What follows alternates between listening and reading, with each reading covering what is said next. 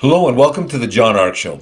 Today's episode is called Will Floyd Mayweather's Skyscraper Investments Bankrupt Him? Before we begin, I want to encourage you to subscribe to our channel for free. You can also like, comment, and follow us. We're going to have a lot of great celebrity interviews coming up, so make sure to click on the notification bell so you can be notified every time we upload a new episode. Also, we ask that you post a link to today's show on all your social media to help spread the word. Now, let's get started. Boxer Floyd Mayweather has reportedly amassed a lifetime fortune of an estimated $1.2 billion. That's billion with a B. But no one really knows how much of that money he still has and how much of it has been sunk into terrible investments. Throughout his career, he's always talked about investing in real estate. This suggested to listeners that he was safely invested so that he would never have to fight again if he didn't want to. For a long time, most experts agreed with him. What could be safer than real estate? Then Floyd started talking about how he owned skyscrapers, how he invested in skyscrapers, and then the world changed with the lockdown. Suddenly, nobody could or would go to the office to work. Suddenly, real estate stores located in office towers went broke. Tenants stopped paying their rent. Some stayed open for quite a while paying no rent. If you go to New York or LA or other major cities, and even mid-level cities, and you walk down to the downtown area, and if you were paying attention, if you weren't just sleepwalking like a tourist, but if you were paying attention, you would be disturbed by all the tall, empty buildings that are mostly or completely unoccupied. Look through the windows and you see dust and darkness on most floors. Now, a lot of buildings have removed their for sale signs or their for lease signs on their windows. They've done this because seeing street after street of for sale and for lease signs on all those buildings can make it harder than ever to sell or lease a building. The next problem is that there are more homeless and criminals encamped in front of these buildings than ever before. It's like trying to sell your car when a car thief has moved into it and continues to live there. So what next? Well, there are a lot of developers and architects and investors trying to repurpose those empty buildings, but with very little success. They're trying all sorts of nonsense, but for the most part, potential clients and tenants and investors and buyers aren't buying it. They're not interested. They're actually put off by some of these repurposed efforts. The growing sentiment is that skyscrapers and commercial real estate are dead or dying. The economy and the marketplace have changed too much.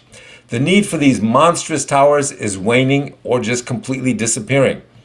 People don't wish to go back to work at the towers and deal with long drives to work, huge parking fees, homeless people and criminals attacking them as they walk from their cars to their buildings, etc.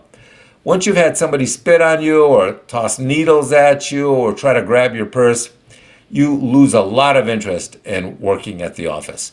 So what does all this have to do with Floyd Mayweather? Well, it has a lot to do with him. Hypothetically, if Floyd put most or all of his money into commercial real estate and skyscrapers, and those buildings have seen their values drop dramatically, then that would suggest that a large portion of his wealth could disappear soon if it hasn't already done so. And if this proves true, then Floyd could already be in big financial trouble. So what could he do to prevent all this from happening?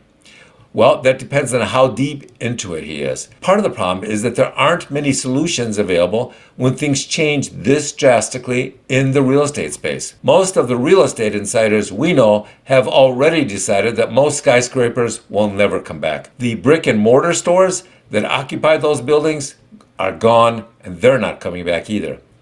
Everybody feels that it's game over. So what do we speculate Floyd can or will do? Well, we don't think he'll get his original investment back on these buildings. That ship has sailed. We suspect that he'll try to look for alternative investments, but what? Crypto? That's been dead for a while now, and now even the dumbest of the dumb don't trust crypto. What about boxing? Is he going to go back into boxing? Well, maybe if he's desperate enough. But then again, how long can he push that train uphill? What about other investments like stocks and bonds? A lot of experts believe those will collapse or lose 90% of their value soon. What about residential real estate? Does that still have value? Not single-family homes. A lot of people believe that single-family homes will soon lose more than half their value. But multifamily units and complexes are now in big demand. If they generate positive cash flow and can pass an inspection, then those may be the types of investments that Floyd may want to start moving into. If he has any smart or seasoned experts advising him, then he should also tell him to stop investing in commercial real estate and try and sell his current portfolio as quickly as possible, no matter what. Thank you for watching. I want to encourage you to subscribe to our channel for free. You can also like, comment, and follow us.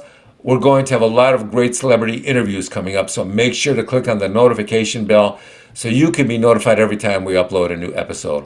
Also, we ask that you post a link to today's episode of our show on your social media to get the word out. Thank you, and we shall talk to you soon. Bye-bye.